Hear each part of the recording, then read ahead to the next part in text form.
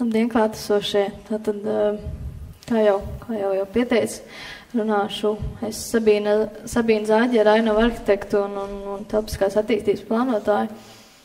Un šodien es vairāk gribēšu pievērst uzmanību tieši pilsētvides reģenerācijas iedzienam, kā tas ir zinātniski nostiprināts, un tam, kā tas sakrīt vai neskrīt ar izstrādāto tātad reģenerācijas projektu, un arī tādi kopējie secinājumi.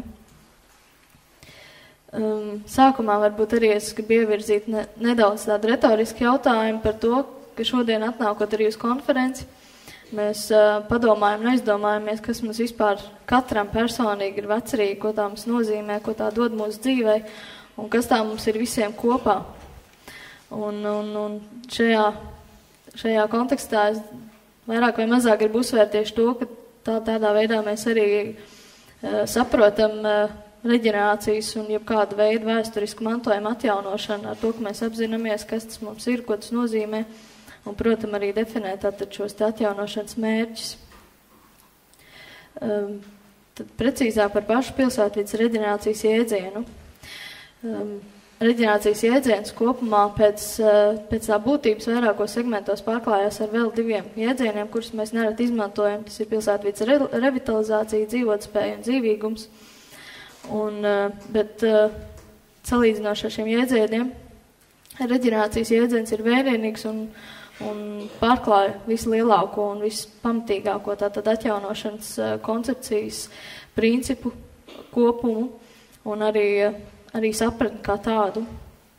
Tas norāda arī uz to, ka reģenerācija un tās būtība ir vairāk paplašināts iedziens, un savukārt pārējie ir šaurāki iedzieni, un arī mazāk varbūt mazāk ietver un darbības tieši.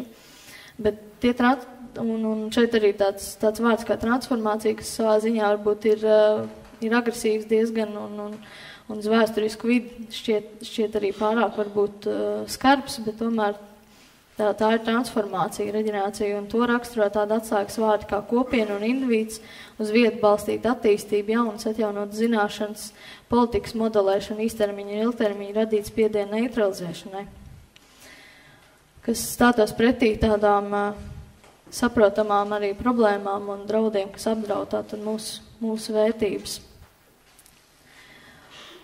Un, lai vairāk saprastu par pilsētvides reģenerācijas iedzienu, ir jāpievērš uzmanība galveniem reģenerācijas principiem, kas piedāvā integrētu ietvaru, lai vienlaikus attīstītu cilvēkus un vietas. Un tas man personīgi šķiet tas vērtīgākais, ka vienlaikus mēs vēršam uzmanību uz vietām un uz cilvēkiem, ja mēs nevaram tikai vienu vai otru, vai arī kādu izvirzīt priekšplānā. Un galvenie tātad šie principi, kas arī šeit ir uzskaitīti un norādīti, ir koordinācijas starp dažādām nozarēm, jomām un sektoriem. Tas arī apliecina jēdzienu plašo aptverto nozīmi. Tādēļ tas arī ietver koordinācijas starp visām jomām, veidojot vienotu holistisku vīziju, primāri atjaunojot cilvēkus, nevis vietas, veidojot partnerību visos pārvaldes līmeņos, ceļot publiskā sektora spējas un vadību un iesaistot vietējo sabiedrību kā atbildīgu plānošanas procesā. Tātad vecerīgi arī neiedomājumi ir tāda, kuru nevar nebalstīt uz vietu, un reģenerēt un transformēt, tas ir atdzīvināt transformējot, un vecerīgā transformēt, tas arī ir visu pirms uz vietu balstītā pieejā.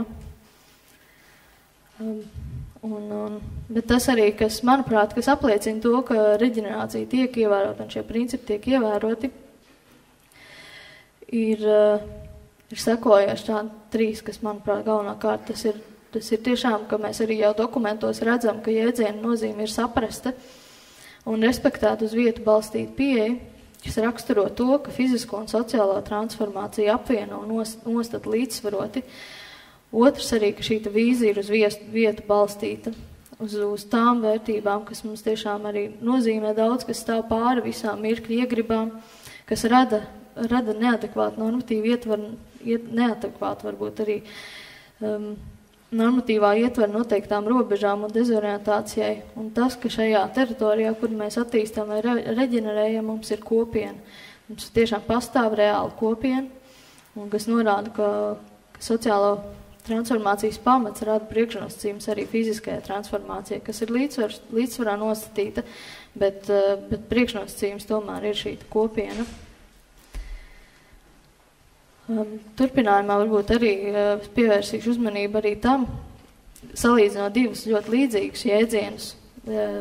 Pilsētvides reģenerācija, kas šķiet arī varbūt savādi, bet kultūras jaunā definīcija ir ļoti līdzīga, kas arī aptver visu. Jo kultūra pēc jaunās definīcijas ir viss starp cilvēku un dabu, viss cilvēku garīgās un materiālās darbības rezultātā radītais.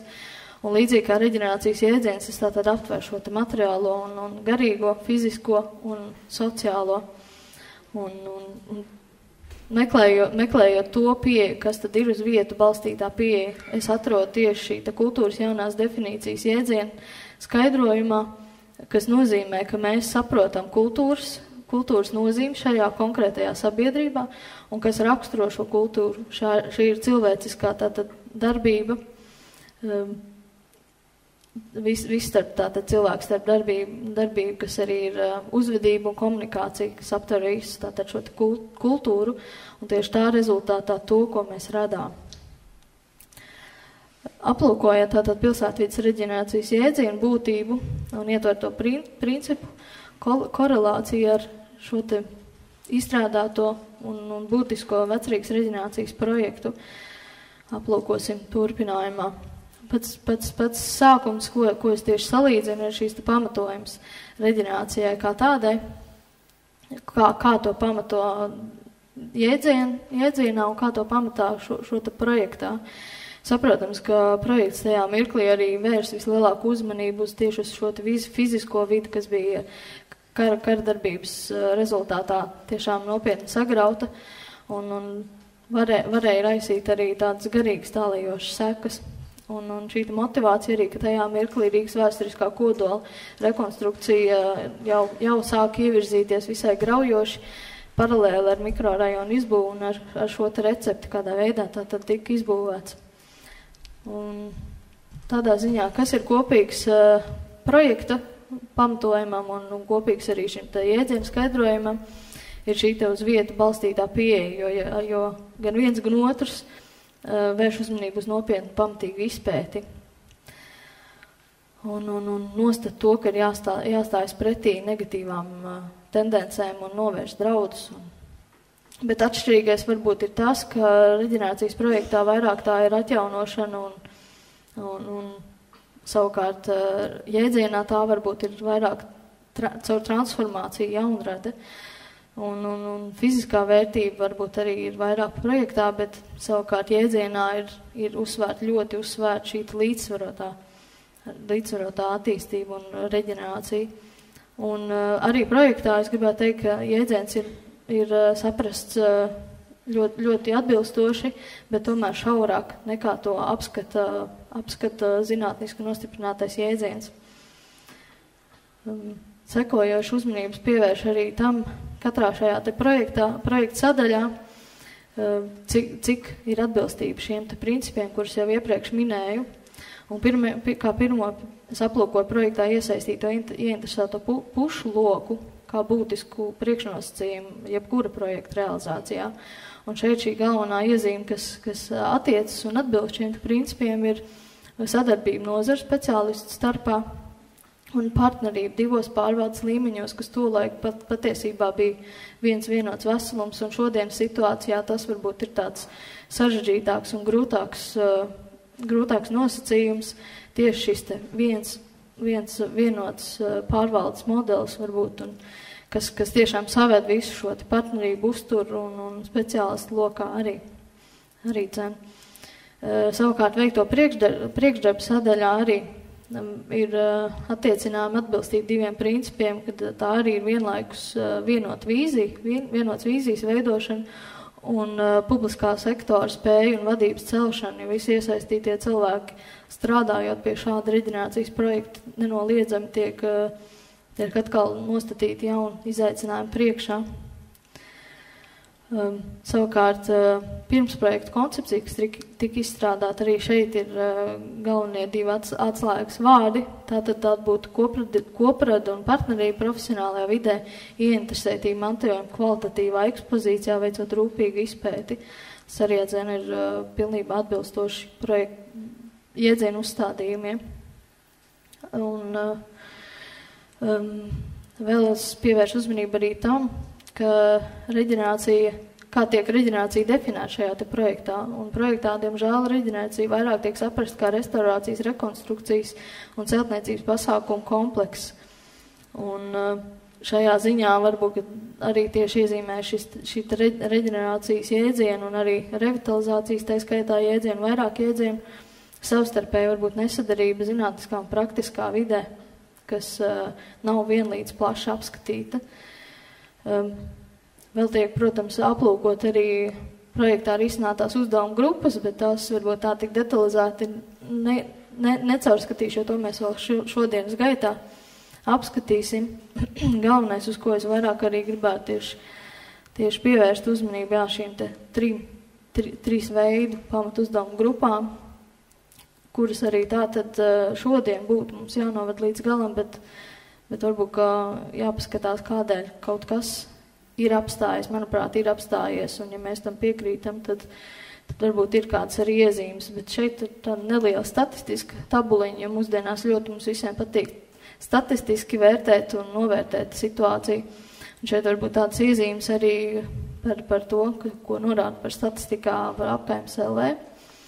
Tieši par Vecpilsētu mēs redzam teritoriju, kas ir ļoti neliela, un apzinoties to, cik tā ir tiešām neliela, es domāju, neviena cita Latvijas teritorija nav tik piesātināta ar kultūras mantojumu tik šaurā platībā. Un kas arī interesanti, pievēršot uzmanību šim te iedzīvotāju skaitam un nodarbināto skaitam Vecrīgā, es atradu arī šo faktu, ka 19. gadsimta vidū ap 20,000 iedzīvotāji bija šajā te vaļu nocietinātajā pilsētā, kas šobrīd ir mazliet līdzīga ar to, ko veido šis kopskaits iedzīvotāji, kas ir tur nodarbināti un iedzīvotāji, kas tiešām tur strādā. Bet tieši šis te iedzīvotāju skaits ir pamatīgi sarucis. Un šeit arī to, kas ir izvirzīts, mēs redzam arī skaitļos šīs te bibliotēkas, reliģiskās iestādes un kultūras iestādes ir tieši šiem te projekta uzstādījumiem arī nonākuši dzīvē. Un iespējams tomēr, ka ir kāds iemesls, kas, manuprāt, arī ir apstādinājuši šodien šo te projektu kopumā. Var teikt, ka tas ietver lielu daļu reģenerācijas jēdzienu uzstādījumu, tomēr to brīdi jēdzienu vērienīgums nav vienlīdz saprasts. Un lai arī, manuprāt, Vecrīgas tolaik sagrauto vērtību atjaunošana mantojuma attīstības mērķi projektā nav spēcīgi, varbūt arī tieši mērķi varbūt nav tik ļoti argumentēti par to, kādēļ mums ir racīgi jāsaglabā tieši no šī būtiskā satura, no šīs garīgās vērtības un garīgās bagātināšanās vērtības aspekta. Un pievērš uzmanību tieši tam, ka primāri atjaunojot cilvēks nevis vietu, kas mūsdienu situācijā būtu vēl daudz aktuālāk nekā tā brīža situācijā, kad mēs tiešām vērsām uzmanību uz pilsētas fizisko veidolu. Vēl nedaudz, un cik manos laika iespējas vēl atļauj, es gribētu arī nedaudz tādas pārdomas arī jums padalīties ar to, ko esmu lasījis par Vecrīgu un izcelt tātad dažu personību izteikums. Šeit arī Andreja Holcmaņa raksts Jaunās gaitas izdevumā 95. gadā, kur viņš arī uzsver to, ka sen jau ir aizgājis tas laiks, kad Vecrīga bija romantikas pilna, kā to savās atmiņās apraksta 19. gadsimta pirmo pusi lieltirgotājs Bīnemanis, kad arī dzīvoja šie 20,000 iedzīvotāji cilvēku, kur ikdienas dzīve galvenokārt noris zemesvaļu ieslēgtajā daļā. Un šodien savukārt Vecrīgā dzīvo tikai, tas ir jau 95. gada laikā, dzīvo tikai 5,000 cilvēku, un šis skaits nepārtraukt samazinās. Un kā uzsvērs ir arī Andrejs šajā laikā, vai interesantākā, vai šie cilvēki apzinājušies sevi kā kopumu, ir pievērst arī kā cilvēku sabiedrību kā kopumu, kam lemtu savu ikdienu pavadīt vēsturiski interesantā un daudzveidīgā vidē. Domāju, ka nē. Un ne tikai tādēļ, ka šie ļaudis izkaisīti atsevišķos dzīvojumos namos, kur Vecrīgā vairs nav bijis tik daudz, bet tādēļ, ka šo cilvēku izcelsmu kultūras sadarības līmenis nav īsti vienots. Un arī šeit Andrej kungs uzsvērs ir, ka šie paši cilvēki, kas visus šos gadus tur nebūdami saimnieki, neko nav darījuši, lai sakārtotu savu vidi, ir to būtiski nolietojuši. Un šeit arī mēs sastopamies ar līdzīgām iezīmēm, kuras man šķiet, ka vēl joprojām pastāv. Ļoti interesantu rakstu atradu arī par to, ko ir rakstījis Sigurds Grava, kāda būs Rīga 2000. gadā, rakstot 68. gadā. Arī par to, ko viņš rakstījis, tā tad ir pirms projekta izstrādes, ka vairākos pēdējā laika Rīgas preses izdevumos ir norādīts uz pašreizējiem centieniem Vecrīgu pārveidot vai uzlabot. Tie nepārprotami rāda dziļu apstākļu izpratni un dod cerību, ka tālākie būvdarbi vecpilsētā tiks virzīti nacionālā un ieteicamā virzienā. Šais rakstos tiek atzīts, ka nevar būt runa tikai par vēsturisku celtņu pasargāšanu muzeja ietvaros, bet gan par šī ansambla pielāgošanu un izmantošanu modernai pilsētas dzīvei. Šis ansambls nedrīkst zaudēt savu estētisko vērtību noslēgtās telpās un nepārtrauktu variāciju dotajās un detaļās ar kopīgu saliedējumu. Tās vēl joprojām atbilst dziļākiem estētiskiem prasībām pilsētu būvē un spēja saistīt mūsdienu cilvēkus. Tiešie plāni, kas pamazām izkristalizējas no apsvērumiem un debatēm, ietver 3 elementus - estētisko restaurāciju, piemērotu īrnieku un lietotāju izvēli vecajām ēkām un satiksmes pārorganizēšanu. Ir skaidrs, ka šie darbi vēl joprojām turpinās. Un kopsavilkumā Grauskungs ir arī secinājis, ka šie plāni un apsvērumi par Vecrīgas izveidošanu ir sākt pareizā gultnē. Un Rīgas centrs ir ilgi un nepārtraukt virzījies prom no vecpilsētas funkcionāla reģenerācijas, un tas prasīs daudz pūļu, lai atgriezt šo te sabiedriskā centra nozīmi. Vēl kāds interesants raksts ir rakstīts 1924. gadā. Un šo tā tad ir apceļojot Latviju rakstījis Meinards Owens Vilsons par Rīgu, kas izsaka ļoti daudz par tā brīža aktualitātēm, tā brīža Rīgas arī situāciju un veidolu. Viņš raksta, ka Rīga jau tagad ir brīnišķīga metropola ar labām ielām un lielām ēkām un brīnišķīgu parku sistēmu pilsētas centrā. Ir piesaistījusi vairāk vai mazāk dārgu valdību, 9 diplomātiskas misijas ārzemēs un vislabāk sabalansēto budžetu pasaulē. Piemīlīgo vecpilsētu, ko rotā baznīcas smailes, bija ieskāvuši rūpniecības uzņēmumu, kur Krievijai piegādā visdažādākos produktus. Tagad no tos kursliņiem vairs nekūp dūmu. Simtiem logi ir izsist un daudz rūpnīcu ēkas ir sagrautas. Rīga ir mājīga pilsēta bez noteiktiem īpašumiem, svaiga zaļa pilsēta, kurā nav privāta mauriņa, bet ir nevainojami tīras ielas, kuras kārtībā uztur balti tērptas sētnieces. Šī ir pilsēta ar brīnišķīgām baznīcām, kurās visi dievkalpojumi tiek noturēti vācu valodā, tikpat brīnišķīga opera, kurā Vāgnera darbs dzied latviski izciliem labiem fotogrāfiem. Zaudējusi 2/3 iedzīvotāju no rūpnieciskās pilsētas pārtapusi par balto apkaklīšu mājvietu, tā viena pati nevar sevi atjaunot. Ir tādas vietas, kur drīzāk iepērnāsies Sikspāja, nevis atgriezīsies, tātad latvieši šajās strādnieku namos. Un šie citāti ļoti raksturo, manuprāt, to, ka mēs nemitīgi atgriezamies kādā šajā punktā, kurā mēs esam. Un tādēļ tas arī aktualizē to, ka reģenerācija vēl joprojām mums ir aktuāla un reģenerācija ir jāturpina. Arī noslēguma secinājumos es tieši to arī gribētu uzsvērt, ka reģenerācija vispirms sākas mūsu prātā un sirds attieksmē. Lai spērtu soli pretīm radikālām pārmaiņām, jābūt gataviem augstai garīgai piepūlei. Tādēļ mums sev jāatbild uz jautājumu, vai esam tam gatavi. Gatavi straujiem pagriezienam, gatavi mainīt līdzšinējo stabili izgulsnējušos priekšstats un uzdrošināties mainīt domāšanas veidu, pacelties pāri tradicionāliem, izdzēst šķietumos reģenerācijai pretim stāvošos šķēršļus. No praktiskā viedokļa tas nozīmē viest struktūrālas izmaiņas pārvaldības modelī, apzināties katra elementa, es saukšu to par arī saimnieku nozīmi. Katram namam ir saimnieks, kā to sākotnēji cēluši bija cilvēki, kur bija saimnieki šiem namiem. Un izkaisoties, izjūkot šim te mehānismam, arī pazūd šī atbildība, pazūd šis te tālāk uzturošais un attīstošais spēks.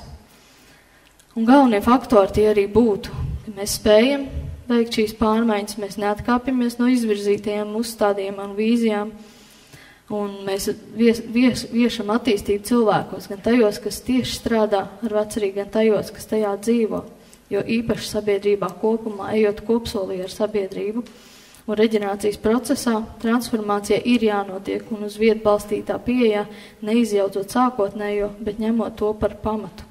Manuprāt, vecerīgi arī atbildot uz šo te jautājumu, tātad vai vecerīgai jāpielāgojas laikam, es domāju, ka galvenā atslēga ir tā, ja dinamiskākā sabiedrības daļa pielāgosies laikam ar izmainītu domāšanas veidu un spējas veikt strauju pagriezienu, tad arī vecerīgi pielāgosies laikam, atbilstoši tam, kā tas ir nepieciešams.